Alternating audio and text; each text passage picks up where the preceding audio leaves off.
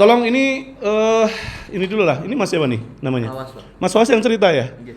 Pokoknya yang ini bukan apa, ini objektif ya, karena yang menilai kami ya, sama saya dan Pak Adit ya.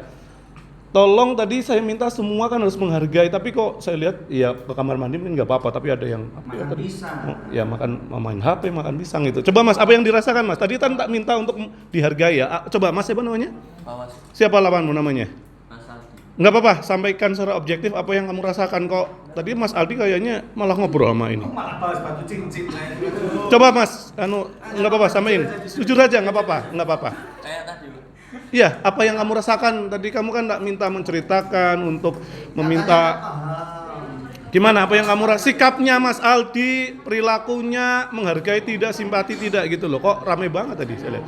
Memang saya biarkan karena memang ini penilaian murni ya. Monggo Mas. Gimana, Mas?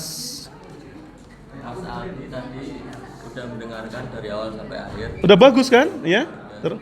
Oke. Enggak apa-apa. Iya, lanjutin. Enggak apa-apa. Yang lain dengerin dulu. Enggak usah takut. Jujur aja. Enggak apa-apa, enggak objektif aja. Objektif. Setelah itu Setelah selesai saya bercerita, Mas Aldinya nggak bisa memberikan solusi. Oke. Mas Aldi. Itu aja. Oke ya. Parah Mas Aldi. Terus Mbak gimana Mbak? Kamu sama siapa? Ya gimana Mbak? Kamu perasaanmu apa sikapnya dia gimana? Jadi aku saya sudah selesai bercerita, tapi mungkin kayak belum lengkapnya. Mm-mm. Udah saya juga, terus ya tadi itu Ngobrol. Wah, parah banget sih. Enggak, tadi kok bisa? Dia ngajak tadi, Pak. Serius Pak. Enggak usah tunjuk-tunjuk. Enggak apa-apa ya. Oke, Mas, gimana? Bagus nggak simpatinya atau ikut mendengarkan nggak tadi atau juga sama? Ada bagus, cuma karena ruangan terlalu berisik mungkin ya, agak ke distrak.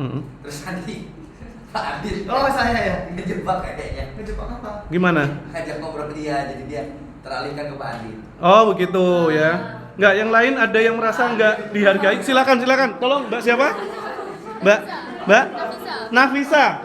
Jujur ya, jujur apa adanya. Monggo, Enggak apa-apa Mbak. Pak Mahfud, Pak Adit yang tanggung jawab. Karena tak minta tadi penilaian secara objektif. Monggo. tadi kan waktu cerita saya serius banget ya.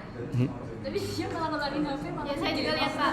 Malah Kamu saksinya ya. Kak Mbak yang bercerita juga. Sama ini Masnya mendengarkan. Ini gimana sikapnya tadi? Oke, Mbak siapa? Mbak Nafisa, apa perasaanmu kemudian dengan sikapnya? Dan berarti kan enggak berempati kan? Gitu. Nanti tak kasih masukan. Gimana? Tolong dengerin ya.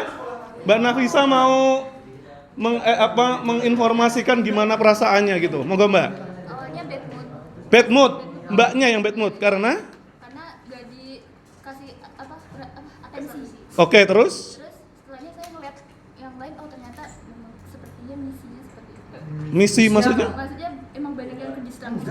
Enggak, ya. Kita lihat ini bagus. Mas ini bagus, hanya tadi Pak Adit menyapa aja. Ya kan? Terus apa lagi? Saya mau nanya, Mas tadi kan clue-nya tolong hargai. Kenapa kok sibuk dengan HP sendiri? Saya kan dengerin Mm-mm. cuman sambil tadi ada panggilan alam. Nggak boleh gitu. Oke, itu Mbak Nafisa begini. Terus baiknya gimana Mbak? Kalau kemudian tidak menghargai Masnya, Mas siapa namanya? Mas Zaka. Mas Zaka tadi, gimana menurut kamu gitu loh? Dia simpati tidak, empati tidak, menghargai tidak, layak nggak jadi mahasiswa apalagi UN gitu?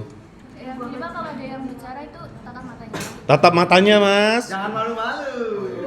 Ya maksudnya yang secara ini kan wajar lah ya mahasiswi dan ada jarak. Terus apa lagi Mbak? Terus jangan ke distraksi sama apapun. Maksudnya fokus sama Itu menghargai, itu empati ya, simpati. Ada lagi yang mau berkomentar, yang bercerita apa yang dirasakan, jengkel atau apa gitu? Nggak apa-apa, samain di sini.